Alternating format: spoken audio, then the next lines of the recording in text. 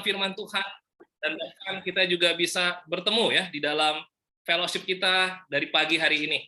Ya, kita tahu dalam masa-masa seminggu terakhir ini kita bisa mendengar banyak hal tentang peperangan ya yang terjadi di Rusia dan Ukraina, dan kita juga mau berdoa juga sama-sama buat brother sisters kita, jemaat kita di Ukraina ya. Karena jemaat kita di Ukraina ada 2.000 disciples di sana. Ya, mereka adalah brother sisters yang semangat ya. Dalam satu hari ini kita bisa banyak mendengar ya kabar dari mereka, dan luar biasanya ya segala bentuk bantuan ya dari brother sisters yang lain juga dari negara yang lain sudah mulai diluncurkan ya melalui Moldova ya, dan kita ingin memplay sedikit ya supaya kita juga bisa mengerti, karena kita akan juga mengumpulkan ya donasi buat jemaat kita di Ukraina. Oke, dan tadi jam 1 pagi baru diupload ya, luar biasa tim multimedia dari Amerika beserta tim yang ada di Ukraina dan Rusia juga kita tetap bersatu ya dan ngebuat video ini ya. Oke, boleh host tolong play video.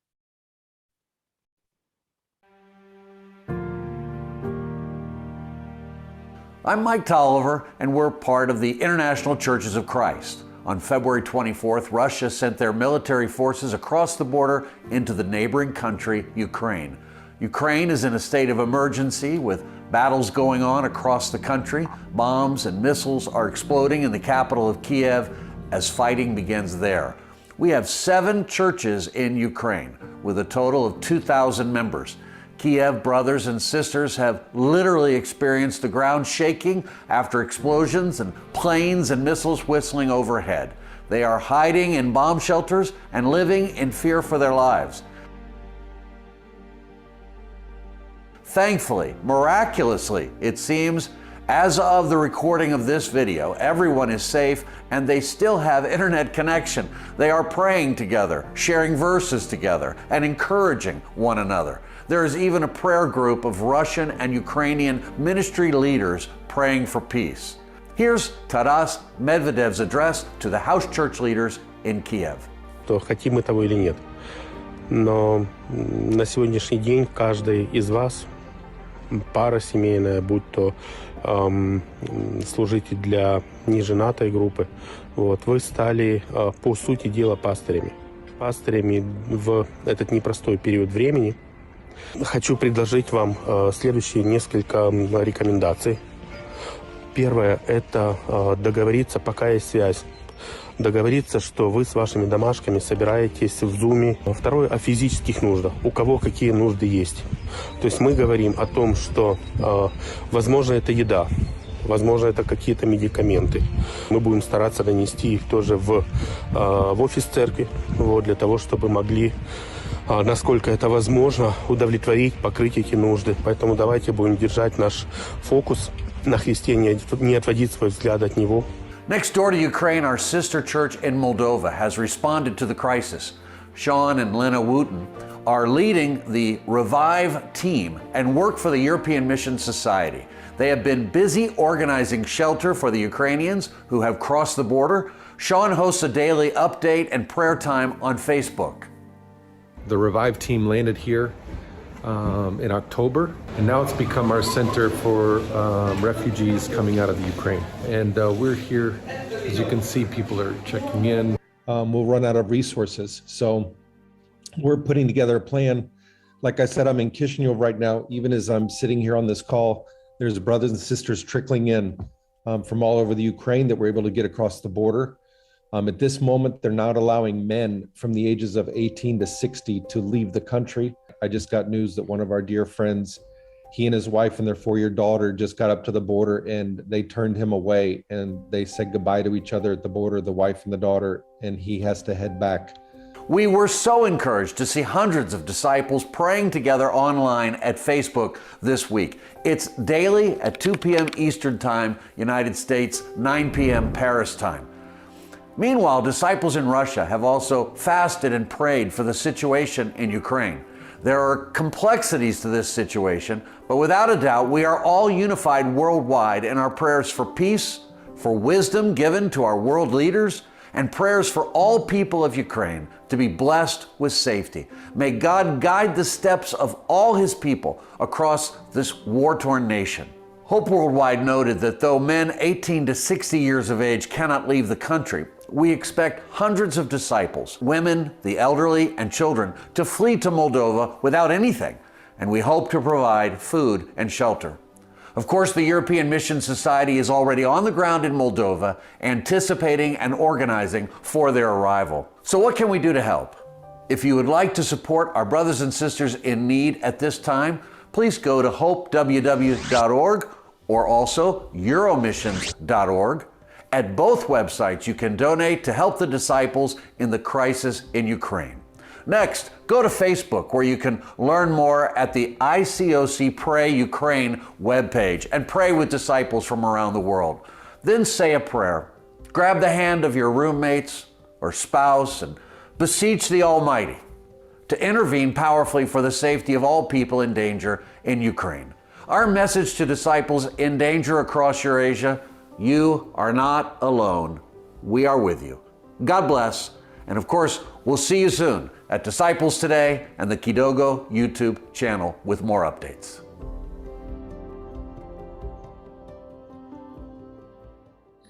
Amin. Thank you, host. Ya, tadi kita bisa dengar ya. Tadi saya lihat di foto-foto mendadak semua jemaat bisa bahasa Inggris ya, mengerti bahasa Inggris ya. Amin ya. Karena Tuhan luar biasa ya, kalau kita united ya, bersatu dengan dalam jemaat, Tuhan pengen sekali kita juga mengerti ya keadaan jemaat kita di Ukraina dan juga di Rusia ya, dan kita tahu bahwa sekarang ini jam demi jam banyak ya sister-sister di Ukraina dan juga anak-anak dan juga elderly ya, piwa itu terus ya ke perbatasan ke arah Moldova, tetapi yang pria dari 18 sampai 60 tahun tetap harus di Ukraina. Dan Hope dan juga EAM terus-menerus kasih bantuan ya, food ya, shelter ya. Sekarang mereka semua brothers sisters ada di tempat penampungan.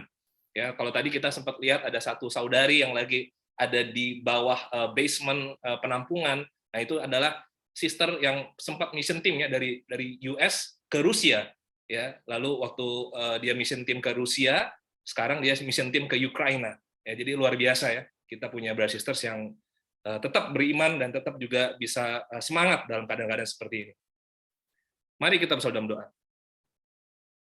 Tuhan Bapa kami, ucap syukur Tuhan, karena pada hari ini kami boleh bisa berkumpul Tuhan, tapi kami juga bisa mendengarkan Tuhan, kabar Tuhan dari brothers sisters kami Tuhan, jemaat kami di Ukraina Bapak, ada 2.000 orang Bapak, dan bersyukur kalau tetap dalam keadaan terlindungi Bapak, tetap safe Bapak. Itu semua adalah karena kemurahan Engkau, tetapi lebih lagi Tuhan, kami berdoa Bapak, agar iman mereka Tuhan tetap kuat, agar firman Tuhan, fellowship Tuhan, kasih Tuhan, benar-benar melindungi mereka Tuhan. Siapa yang menyangka Tuhan, dalam seminggu aja keadaan bisa begitu berubah. Mungkin minggu lalu mereka masih nyaman, masih aman Tuhan, tetapi minggu depannya Tuhan mereka sudah dalam kondisi yang berbeda, mereka harus survive, mereka harus berpikir besok masih hidup atau enggak Tuhan. Tapi hari ini Tuhan, kami sebagai jemaat-Mu Tuhan, kami mau berdoa pada Engkau Tuhan, supaya Engkau menguatkan mereka, provide mereka Tuhan, makanan, kesehatan, perlindungan, dan juga keluarga mereka bisa terus beriman Tuhan di dalam masa-masa seperti ini Tuhan. Dan kami Jemaat Bali juga Tuhan, kami ingin bisa terus berdoa, terus juga bisa menguatkan mereka juga Tuhan, dengan akses internet Tuhan, tetapi juga kami juga mau mengumpulkan donasi buat mereka Bapak. Terima kasih atas segala sesuatunya Tuhan. Hari ini kami mendengar firman-Mu, biarlah Tuhan firman-Mu yang menguatkan kami, dan kami juga Tuhan, yang ada di Indonesia, yang ada di Bali, kami pun boleh semangat Tuhan. Kami boleh Tuhan teruji iman kami Tuhan di dalam setiap situasi karena kami punya Engkau Tuhan. Di dalam nama Yesus Kristus kami berdoa dan bersyukur. Amin. Oke, ya. Jadi judul khotbah saya adalah jangan mundur. Ya, setali tiga uang dengan kondisi yang ada di jemaat di Ukraina, ya, nggak gampang buat mereka. Tetapi kita juga lagi bicara ya tentang buku Ibrani. Di minggu keempat ini kita sudah banyak mendengar bagaimana orang-orang di Ibrani itu jadi mundur imannya karena begitu banyak pergumulan yang mereka alami.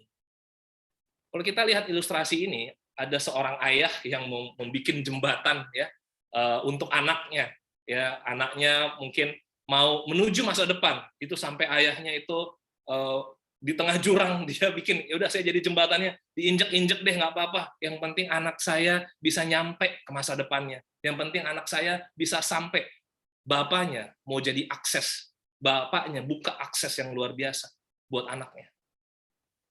Inilah hal yang kita bisa memuji Tuhan Yesus Kristus. Kenapa? Karena Tuhan kita melalui darahnya, dia buka akses buat kita.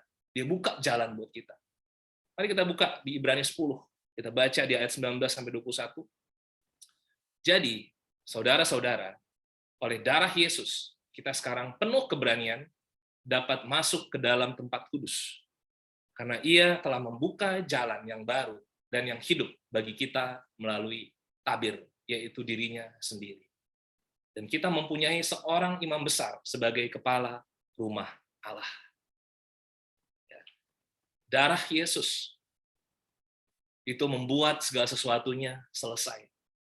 Dari khotbah Pendeta Harlem di minggu pertama, kita masih ingat ya, imam besar itu masuk ke ruang Maha Kudus, ya, memercikkan darah di atas tabut perjanjian, supaya apa? Supaya dia buka akses buat kita, supaya kita bisa damai dengan Tuhan, supaya kita bisa connect sama Tuhan. Ya, walaupun mereka banyak pergumulan, ya kadang-kadang Bapak Ibu Saudari ya, kalau kita dalam pergumulan, akses kita kemana? Akses kita pengennya cepat solusi beres. Brothers kita yang ada di Ukraina, ya, apa yang akan mereka pikirkan kalau kita ada di sana? Apa yang kita akan pikirkan? Solusinya kemana? Ya, ada rasa takut. Pada saat itu jemaat Ibrani, ya, itu juga rasa takut. Kenapa? Karena mereka dianiaya dan mereka mau pulang lagi, mau balik lagi ke Yahudi aja, ya, ke agama mereka yang dulu. Kenapa? Karena dengan menjadi Kristen mereka dianiaya. Tapi waktu mereka balik ke Yahudi, mereka pun dianiaya juga oleh orang-orang Yahudi juga. Ngapain kamu balik lagi ke keyakinan yang dulu? Kamu dulu udah pernah keluar dari keyakinan ini. Ya. Nah, akhirnya, dengan keyakinan seperti itu, mereka nggak confident. Mereka nggak berani untuk bisa punya hubungan dengan Tuhan. Mereka nggak berani untuk enjoy dalam hidup muridnya. Inilah hidup yang saya mau punya, walaupun ada penganiayaan, walaupun apapun juga. Ya. Tetapi di sini, Yesus kasih jalan yang baru, kasih jalan yang membuat kita hidup. Dan dia lewat tabir. Apa maksud tabir? Dalam bahasa Inggris itu veil, yaitu adalah ruang yang membatasi, tirai yang membatasi antara ruang kudus dan juga ruang maha kudus. Kalau kita lihat di gambar ini, ruang maha kudus itu ruang yang lebih kecil, yang sebelah kiri, ya, ruang kudus yang lebih besar. Ke ruang kudus hanya boleh imam. Tetapi imam-imam itu banyak. Kalau imam besar itu cuma satu. Dan yang ke ruang Maha Kudus itu hanya boleh imam besar. Pada waktu dulu, imam besar kalau masuk ke sana, itu terlebih dahulu dia harus menyucikan dirinya. Dia harus bakar korban persembahan yang berbeda dari imam-imam yang lainnya. Ya, karena apa? Korbannya harus lembu yang suci dan lain-lain. Ya, lalu waktu dia masuk, dia penuh dengan ketakutan. Kenapa? Kalau dia salah ucap, kalau dia nggak kudus, di ruang Maha Kudus pun dia bisa mati di tempat. Kenapa? Karena itulah dia berhadapan dengan Tuhan. Ya, kita bisa lihat itu di buku Imamat. Makanya kakinya itu harus diikat dengan tali supaya kalaupun nanti dia mati di dalam, dari luar imam-imam yang lain bisa tarik dari luar. Ya, karena apa? Nggak ada orang yang boleh masuk ke ruang Maha Kudus kecuali imam besar. Sungguh aksesnya nggak ada. Sungguh orang imam besar pun takut. Ya, kalau berhadapan dengan Tuhan, takut. Tapi sekarang, Bapak Ibu Saudari, karena Yesus yang sudah jadi imam besarnya, dia bawa korbannya sendiri, yaitu dirinya sendiri. Dia bawa darahnya sendiri, ya, di kayu salib. Dia bilang sama kita lewat firman bahwa apa? Sayalah imam besarnya, sayalah darahnya, sayalah korbannya. Dan saya mau semua orang yang percaya sama saya jadi berani untuk menghadap ke Tuhan. Kapanpun itu jadi dekat sama Kristus. Seperti gambar tadi, Bapa lakukan segala cara supaya anaknya bisa punya akses ke dalam kehidupan. Mungkin bapaknya nggak lihat, nggak ada akses lain. Ya, mau lewat kiri kanan jurang semua. Mau punya pikiran sendiri itu semua jurang, nggak bisa selamat. Tapi apa? Lewat akses yang dikasih, lewat Kristus.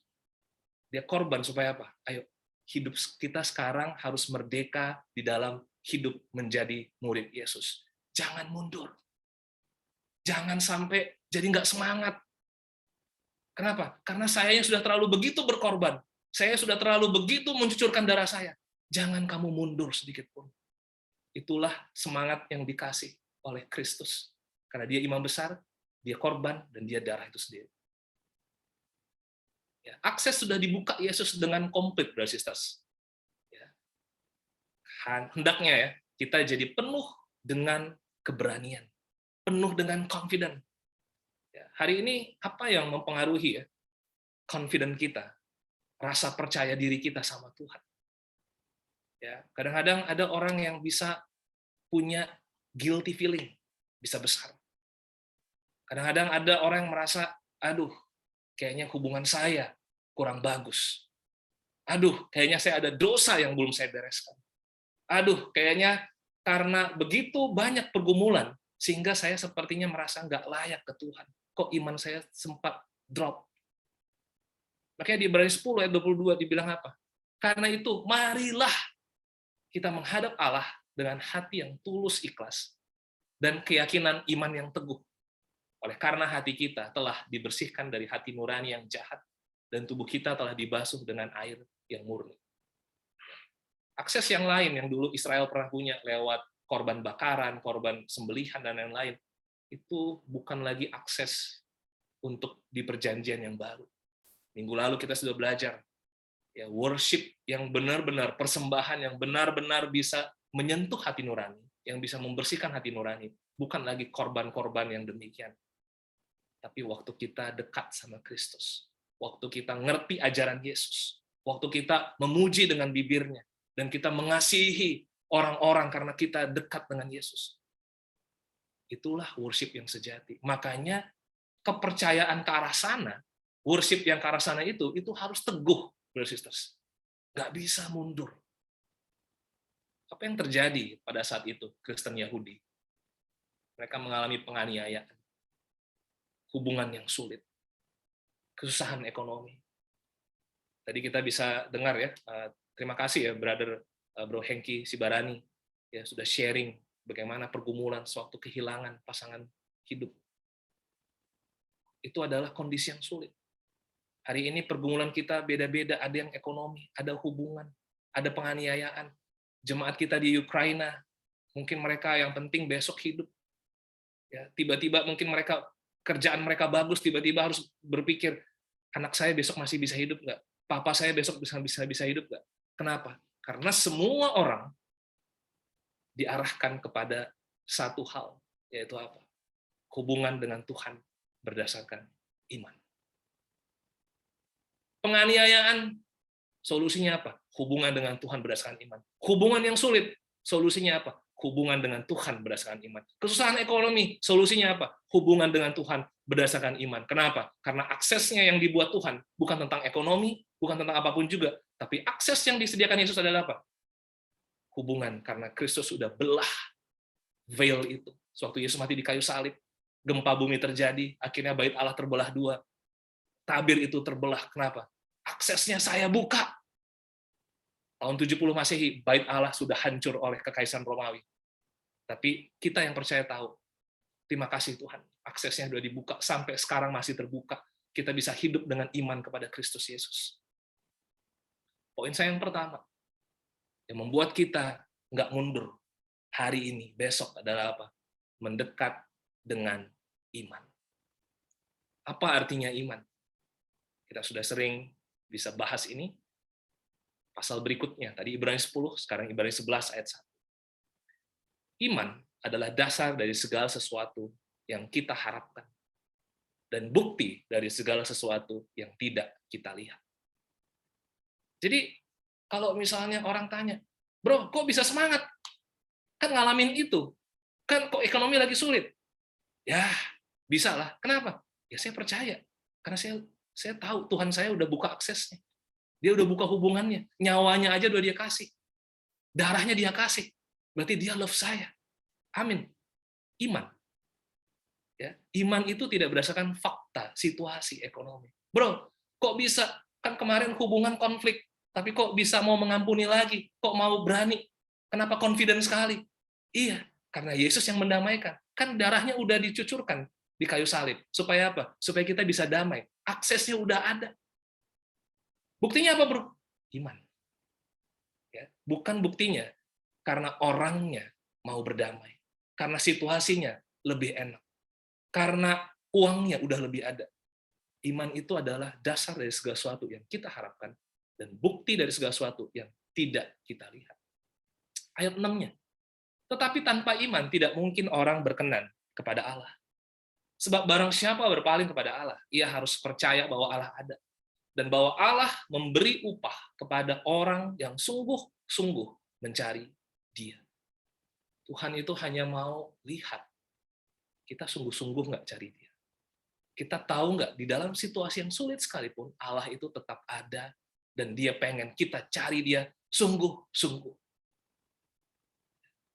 Inilah si penulis Ibrani mau kasih semangat buat orang-orang yang mulai mundur imannya. Orang-orang yang mulai kurang semangat lagi. Mari kita lihat beberapa contoh. Kita tahu di dalam buku Ibrani 11 itu ada banyak sekali contoh-contoh pahlawan-pahlawan iman yang tertulis di Perjanjian Lama. Tetapi saya mau kasih lihat ada 4 contoh aja. Yang pertama tentang imannya Habel.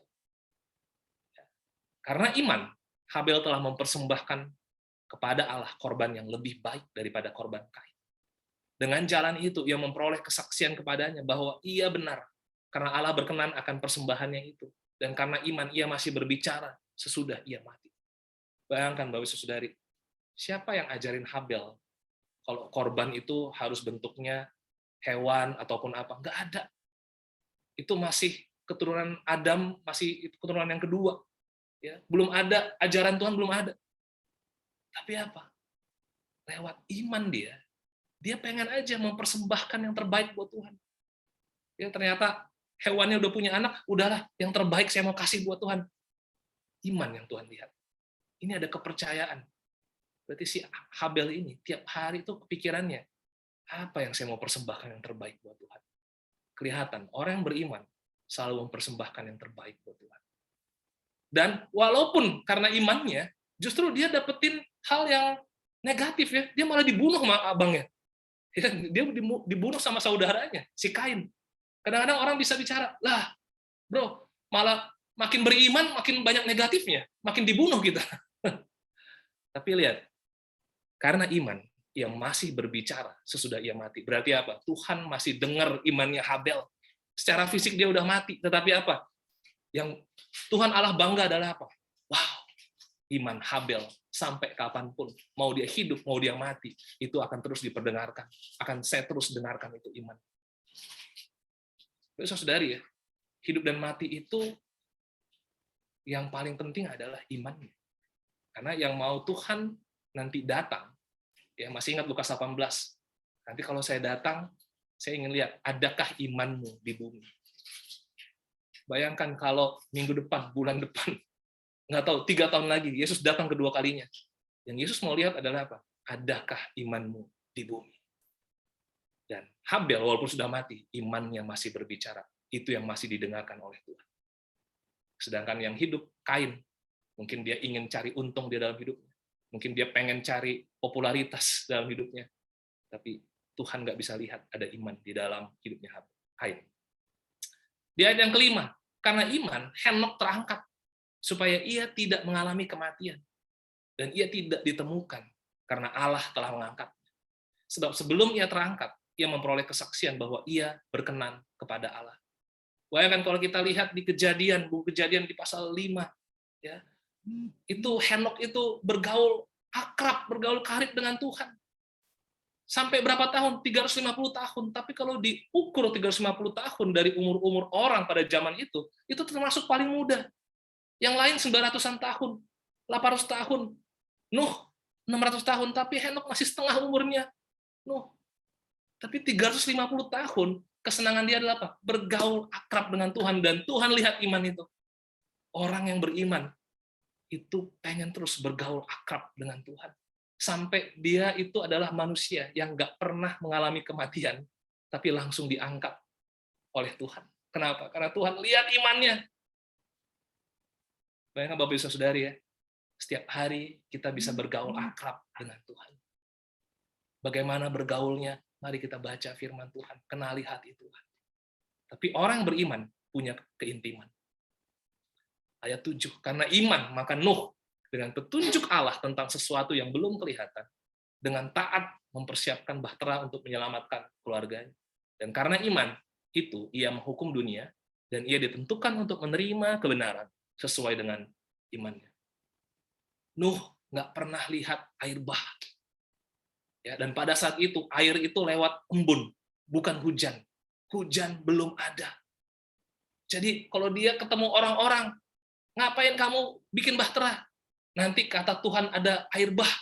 Apa itu air bah? Saya nggak tahu. Ya, seperti apa itu? Hujan, apa itu hujan? Nggak tahu juga. Tapi Tuhan mengatakannya demikian. Dan tiap hari kerjaan dia ngapain? Bikin bahtera aja terus. Ya, kayak orang gila kalau menurut orang. Ngapain kamu ngelakuin kayak begini? Karena Tuhan udah mengatakannya sama saya. Ya, coba kita bayangkan. Ada ketaatan yang luar biasa yang Nuh punya. Ya, dia harus makan juga, dia harus makan, dia pasti harus kerja, dia ambilin semua tumbuhan atau hewan yang dia bisa makan atau apapun juga. Tetapi yang paling penting, tiap hari dia kerjakan bahtera karena itulah perkataan Tuhan. Bapak saudari ya, kalau kita punya iman, kesenangan kita adalah mau melakukan firman Tuhan. Mau mempersembahkan korban yang terbaik. Mau intim sama Tuhan. Apapun yang terjadi, pokoknya saya mau intim sama Tuhan. Dan bahkan Nuh dalam setiap harinya dia bilang apa? Karena iman, ia menerima kebenaran. Bayangkan kalau dia nggak punya iman. Setiap hari, yang mungkin yang dialami Nuh adalah negatif lagi. Aduh, ini ada orang yang ngomongin saya lagi. Aduh, ada orang yang bully saya. Aduh, ini gara-gara saya bikin bahtera, saya jadi sedikit deh. Aduh, saya jadi begini. Bisa banyak negatifnya. Tetapi karena dia punya iman, setiap hari dia terima kebenaran yang lain. Kebenaran lagi, ada kebenaran lagi. Sehingga orang benar hidup karena iman. Karena setiap hari dia terima kebenaran yang bisa membuat dia hidup lagi. Bukan terutama tentang makanan yang membuat dia hidup lagi, tapi kebenaran demi kebenaran yang membuat dia hidup. Orang benar hidup karena iman. Ayat 14, ya. Apakah semua orang-orang beriman itu mencapai nggak apa yang mereka mau capai? Kita lihat, dalam iman mereka semua ini telah mati sebagai orang-orang yang tidak memperoleh apa yang dijanjikan itu.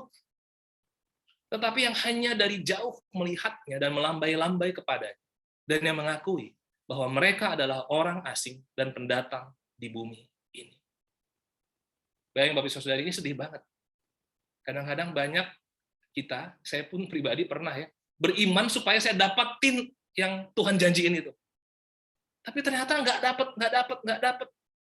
Dan pada faktanya, Abraham dijanjikan akan melihat keturunan yang banyak pada kenyataannya. Dia nggak bisa lihat itu selama hidupnya. Mungkin Yakub melihat ada 70 orang keluarganya. Ya, tapi Abraham nggak pernah lihat itu. Musa, saya akan berjanji kamu akan sampai ke tanah Kanaan. Bangsamu akan sampai ke tanah Kanaan. Ya, dan berlimpah-limpah susu dan madunya. Tapi Musa dalam hidupnya sebagai manusia nggak pernah sampai ke tanah Kanaan. Bahkan dia hanya bisa lihat bangsanya nyebrang ke tanah Kanaan, tapi nggak pernah tahu hidupnya Israel di tanah Kanaan itu seperti apa. Nggak pernah tahu. Hanya bisa melambai-lambai dari jauh. Bayangkan Bapak Saudari, bagaimana kalau kita beriman sama Tuhan, punya hubungan yang dekat karena iman, tapi di dalam hari-hari kita, tahun-tahun hidup kita, kok kita nggak dapatkan apa yang dijanjikan Tuhan. Apa pemikiran yang perlu grow? Ya, ingat, growth mindset. Kalau pemikiran kita buntu, kita hanya melihatnya adalah apa? Hasil dan seharusnya begini.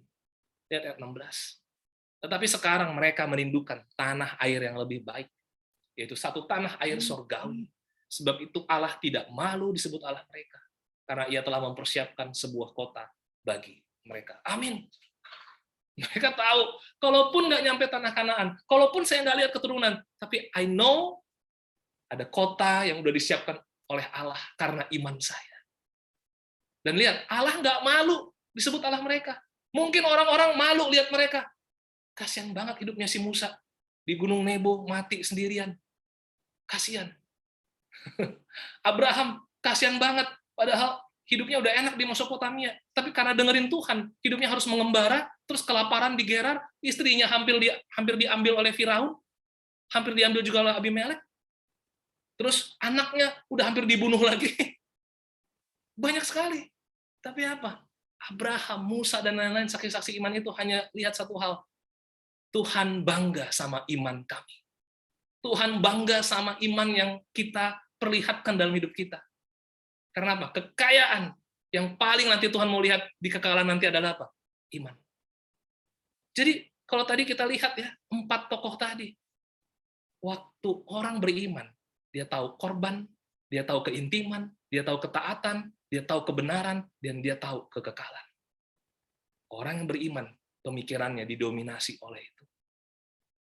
Ya, jangan sampai kita tempatkan iman kepada hal desire kita, hawa nafsu kita, kebutuhan kita.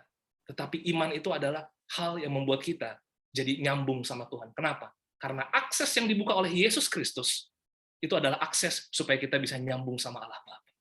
Supaya kita nggak perlu lagi nyambung dengan kehidupan duniawi yang betul-betul merongrong pikiran kita. Karena Tuhan mau membersihkan hati kita. Tapi waktu kita menghidupi berdasarkan iman, lihat apa yang akan terjadi dalam hidup kita. Apa yang akan terjadi di dalam keluarga kita. Apa yang akan terjadi di dalam lingkungan sekitar kita karena kita punya iman. Hall of Faith. Ya. Kalau kita tahu ada Hall of Fame, orang-orang yang famous. Ya. Mungkin ada banyak orang-orang Nobel, artis, selebritis, pahlawan ya, dari zaman dulu ada di daftar Hall of Fame, orang-orang famous. Tapi yang Alkitab tulis adalah apa? Hall of Faith. Abraham, Musa, Daud, Nuh, Habel, itu adalah orang-orang yang berkenan di hadapan dia karena iman. Pertanyaannya, mereka udah pernah ketemu Yesus? Mereka udah pernah hidup merasakan Kristusnya? Nggak pernah. Ya, buku Ibrani mau kasih semangat. Kalau mereka aja yang nggak pernah kenal tentang Yesus, nggak pernah baca Injilnya Kristus, tapi bisa punya iman seperti itu. Dasarnya apa? Karena iman. Hari ini kita udah dengar 2000 tahun yang lalu, Yesusnya udah buka akses, darahnya udah tercurah, pengorbanannya udah luar biasa. Buku penulis Ibrani bilang, harusnya kita punya iman yang lebih tinggi daripada Musa, Abraham, dan lain-lain. Kita punya banyak reason, punya banyak alasan supaya kita beriman dibanding mereka. Makanya penulis Ibrani bilang, jangan mundur, semangat terus. Sama juga untuk kita, Brothers Sisters Jemaat Bali. Jangan mundur, jangan nggak semangat. Yesusnya udah berkorban, jangan sia-siakan itu. Udah buat akses, manfaatkan akses itu, hidupi akses itu. Berani hadapi hidup ini dengan iman. Poin saya nomor 2. Kalau tadi kita mendekat dengan iman. Poin nomor 2 adalah beriman dengan tekun. Ibrani 10 ayat 32. Ingatlah akan masa yang lalu. Sesudah kamu menerima terang, kamu banyak menderita oleh karena kamu bertahan dalam perjuangan yang berat. Memang kamu telah turut mengambil bagian dalam penderitaan orang-orang hukuman. Dan ketika harta kamu dirampas, kamu menerima hal itu dengan sukacita. Sebab kamu tahu bahwa kamu memiliki harta yang lebih baik dan yang lebih menetap sifat. Sebab itu janganlah kamu melepaskan kepercayaanmu, karena besar upah yang menantinya. Kalau kita beriman, mari jangan lepaskan kepercayaan. Orang-orang Ibrani pada saat itu diingatkan oleh penulis Ibrani, kamu ingat nggak dulu waktu kamu pertama kali meninggalkan keyahudianmu, kamu mau jadi murid Yesus, menjadi seorang Kristen, itu kamu langsung dianiaya. Langsung dianiaya. Kamu langsung mendapatkan penderitaan yang berat. Tapi di situ kamu bertahan. Ingat nggak pengalaman iman kamu itu? Apa hati kamu yang berbuah? Apa karakter kamu yang makin growing? Apa sukacita yang kamu punya walaupun kamu menderita? Saya bersyukur Bapak Ibu Saudari. Kenapa? Karena dalam jemaat ini banyak sekali pengalaman-pengalaman iman yang saya bisa dengar. Tadi pengalaman Bro Hengki Sibarani. Minggu lalu pengalaman yang lain lagi dalam sharing komuni. Dan saya percaya setiap orang di dalam jemaat itu ada, bro, saya pernah punya pengalaman iman seperti ini. Dulu ngadepin pergumulan ini. Dulu ngadepin kekurangan ini. Tetapi Tuhan tetap ada di sana dan memberikan saya pengertian, memberikan saya iman. Dan saya tetap sukacita. Amin. Brothers Sisters, ingat pengalaman-pengalaman iman yang udah Tuhan kasih. Jangan itu dihapus gitu aja. Tuhan udah bersama kita. Ya, jangan kita tinggalin Tuhan lalu mundur. Ya, persahabatan dengan Tuhan, pengalaman-pengalaman iman itu adalah kekayaan yang luar biasa, yang nggak bisa diukur oleh manusia di dunia ini.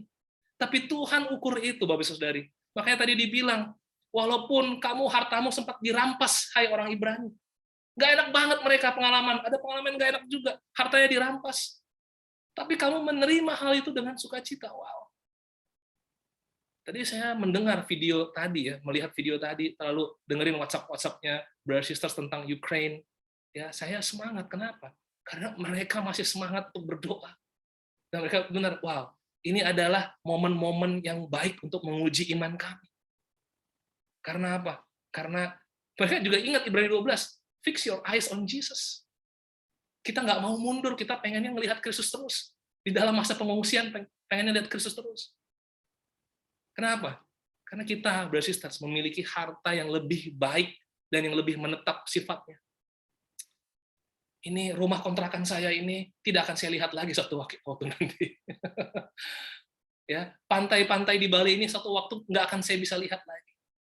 Ya, apapun juga investasi kita yang pernah kita invest suatu waktu nanti tidak akan kita lihat lagi. Tapi apa yang nanti kita lihat jauh lebih menetap. Allah yang indah itu. Allah yang senantiasa setiap hari kita mau connect, mau mencintai Dia dengan tulus, dengan iman kita.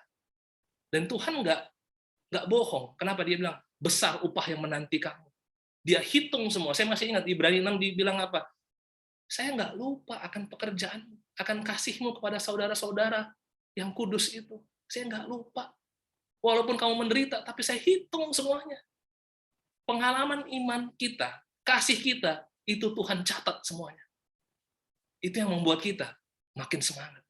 Nggak mundur. Kenapa? Karena yang menanti-nanti kita ini tetap. Ini adalah sebuah gambar. Bagaimana kalau seorang pelari ya, udah mau finish, udah sedikit lagi, pas sebelum garis finish, jatuh dia. Ya. Saya pernah nonton YouTube ini sama almarhum bapak saya. Ya, almarhum bapak saya bilang, dia berilang air matanya, wah, kasihan banget pelari ini. Betul ya, Sis ya. Kalau kita menghidupi hidup kita, tapi sampai pas akhirnya kita jatuh, kita jadi mundur sama Tuhan. Sedih sekali. Ya, dan dia cerita itu. Ya, berlinang air mata saya, Moses. Lihat ini. Tapi saudari, kita ini disemangati oleh Tuhan, ayo tekun. Ya, bahkan dia bilang apa? Sedikit lagi. Ibrani 10 ayat 36 sampai 38. Sebab kamu memerlukan ketekunan supaya sesudah kamu melakukan kehendak Allah, kamu memperoleh apa yang dijanjikan itu. Lihat ya, Tuhan pengen kita tetap punya gambaran bahwa apa? Kita bisa tetap melihat apa yang dijanjikan bahkan selama kita di dunia.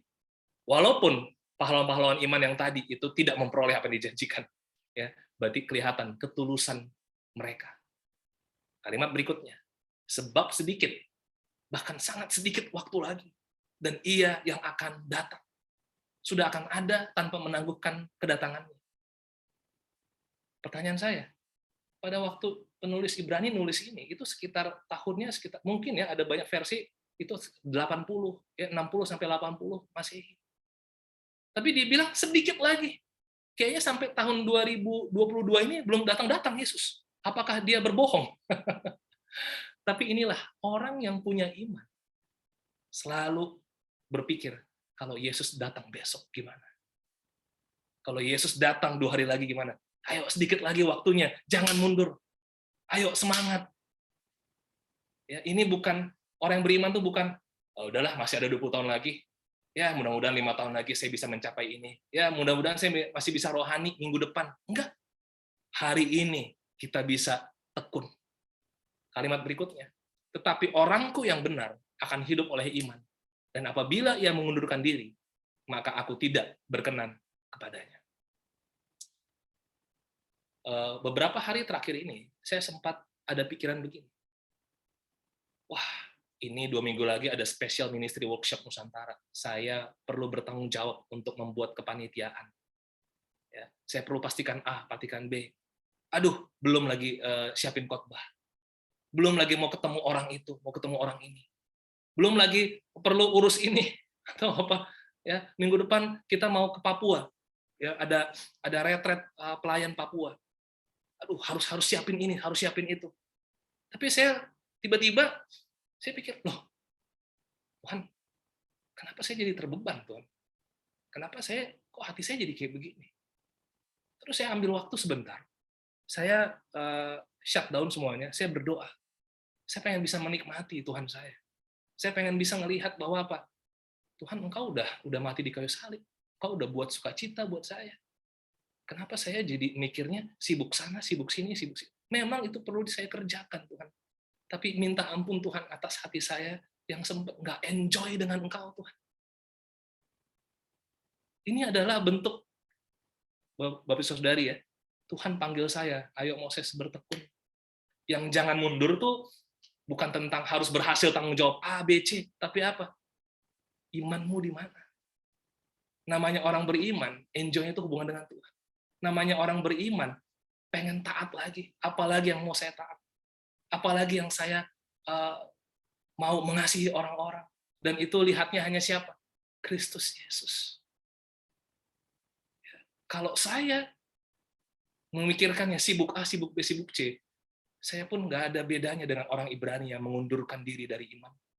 Kenapa? Karena ritual-ritual, mau saya ibadah, mau saya khotbah hari ini, mau saya besok ada pelayanan apa lagi, itu adalah korban-korban yang tidak berkenan di hadapan Allah. Ya. Karena korban yang berkenan di hadapan Allah adalah hati yang dekat sama Tuhan. Bibir yang memuji, yang enjoy sama Tuhan. Dan juga kasihnya jadi tumbuh karena Tuhan Yesus ada bersama kita. Ini adalah pergumulan yang jemaat di Ukraina lagi alami. Bisakah mereka enjoy di dalam sewaktu-waktu peperangan ini bersama Tuhan? Tapi kita lihat Tuhan Allah juga waktu Israel dalam peperangan, dia mau supaya Daud ngerti, saya yang berperang, kamu ikutin aja kata-kata saya. Kamu Musa waktu berperang, ayo berdoa lebih banyak. Ayo, kan saya yang mau janjikan kamu begini. Dalam peperangan pun yang harus dipikirkan adalah apa? Perkataan Tuhan, janji Tuhan, impian Tuhan. Makanya penting bagi kita, Bapak Saudari ya, kita berfellowship. Ibrani 10 itu ngomongin, ayo ya, semakin giat yuk menjelang Tuhan yang hari mendekat. Ya, semakin mendekat ini. Ayo semakin giat ngapain? Fellowship. Kasih semangat, ngomongin soal iman, ngomongin soal Tuhan, ngomongin tentang iman, impian Tuhan. Ngomongin pergumulan kita, tapi ayo lebih ke arah Tuhannya. Kenapa? Karena ini kekayaan yang akan kita punya sampai akhir. Ini ada dua gambar. Yang satu, yang sebelah kiri, anak yang mau ngerjain PR, ya, tapi dia malas. Bapaknya pun pusing.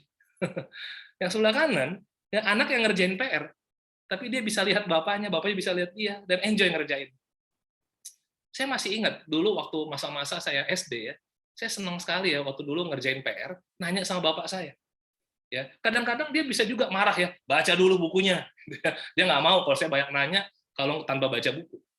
Tapi sewaktu saya ngerti pola dia, oh ya baca dulu bukunya, baru ingetin cara yang dikasih buku, ditambahkan lagi sama bapak saya. Jadi saya ingat, bapak saya selalu berkata, baca bukunya, lihat caranya gini. Nah, sewaktu ada soal-soal di dalam PR itu yang sulit sekali, saya seakan-akan menanti-nantikan tuh, bapak saya datang.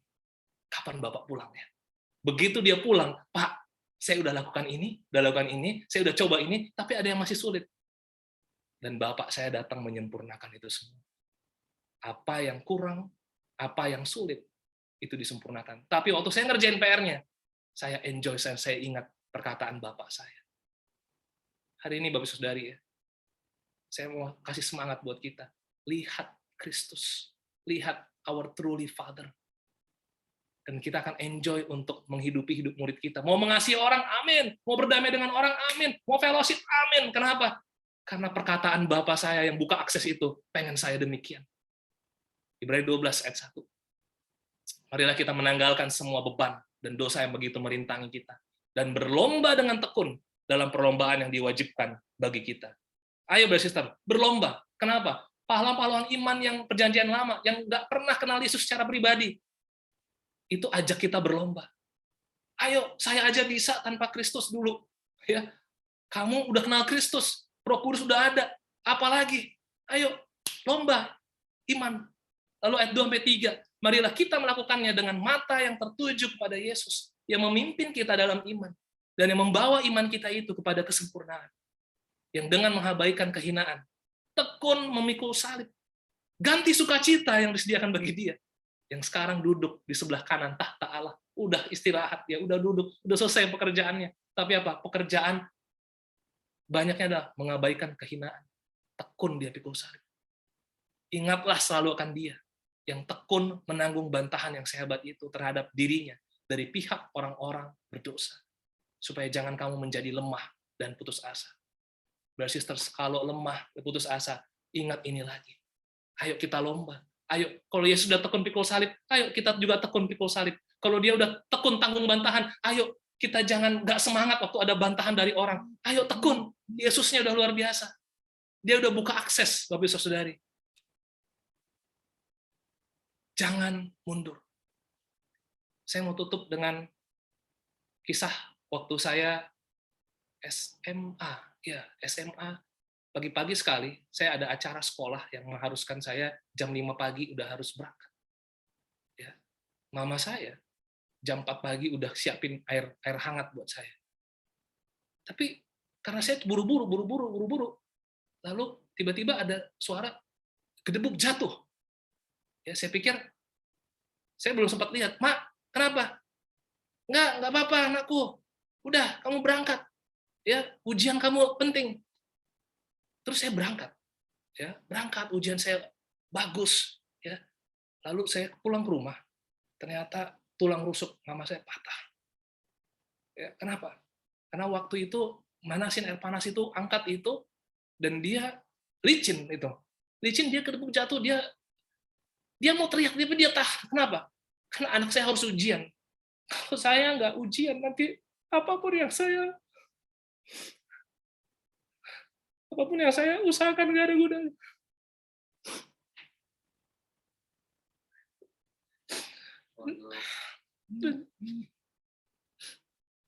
Dan saya bersyukur karena mama saya berkorban seperti itu. Hari ini saya mau kuatkan kita, kalau Yesus kita sudah berkorban lebih daripada mama kita. Kalau Yesus kita udah kasih akses yang luar biasa, supaya kita bisa nyambung sama dia, beriman, jangan mundur. Mari brother, semangat, jangan mundur, mendekat dengan iman, dan kita makin beriman. Dan kita beriman dengan tekun. Amin. Mari kita semangat, mari kita doakan jemaat kita di Ukraina, supaya mereka juga bisa beriman dengan tekun, karena melihat Yesus, dan mereka di-provide, dan kita juga yang di Bali juga sama. Hidup murid kita juga semangat buat Tuhan kita. Mari kita bersatu dalam doa. Tuhan, terima kasih. Engkau adalah Allah yang begitu berkorban buat kita, Tuhan. Engkau bilang berkali-kali dalam buku Ibrani, Tuhan, saya sudah duduk di sebelah kanan Allah Bapa, membuktikan, Tuhan, pekerjaan Engkau betul-betul sudah selesai, Bapa. Gak kebayang, Tuhan, kalau kita berada di kayu salib itu, Tuhan. Kita berada di bawah kayu salib itu, melihat Engkau menderita, karena Engkau ingin kita bisa punya kekekalan, Tuhan. Sungguh luar biasa, Tuhan, hidup yang Engkau bisa berikan buat kami, Tuhan. Hari ini, Tuhan, selain kami berdoa untuk jemaat di Ukraina, Bapak, tapi kami juga berdoa untuk jemaat di Bali, Bapak, dalam masa-masa pandemi, dalam masa-masa mungkin ada hubungan yang sulit, ada karakter yang sulit, Tuhan. Ada kemauan kita yang sulit, Tuhan. Ada iman yang sulit. Tolong, Tuhan. Setiap hati, Tuhan, boleh Engkau semangati, Tuhan. Fellowship kami boleh semangat, Tuhan. Supaya kami bisa lihat, Tuhan. Kami mempunyai iman yang tekun, Bapak, sama Engkau, Tuhan. Kami mau hargai, Tuhan, pengorbanan Engkau, Tuhan. Dan kami nggak mau gampang mundur, Tuhan. Karena mungkin kesibukan. Karena mungkin kami salah fokus. Karena mungkin ada pergumulan yang kami harus bereskan dulu, sehingga kami jadi mundur baca Alkitab kami. Mundur kasih kami, Tuhan, kepada satu sama lain, Bapak. Biarlah, Tuhan, di bulan Februari ini, karena kami mengenal exalted above the heaven, Tuhan. Engkau yang sudah menjadi pengantara yang sempurna, Bapak. Dan kami mau hargai itu dengan iman kami, Bapak. Kami mau buktikan itu dengan iman kami, Tuhan. Buktikan itu dengan perbuatan kami sehari-hari, Bapak. Terpujilah nama Engkau. Dalam nama Yesus kami bersyukur. Amin.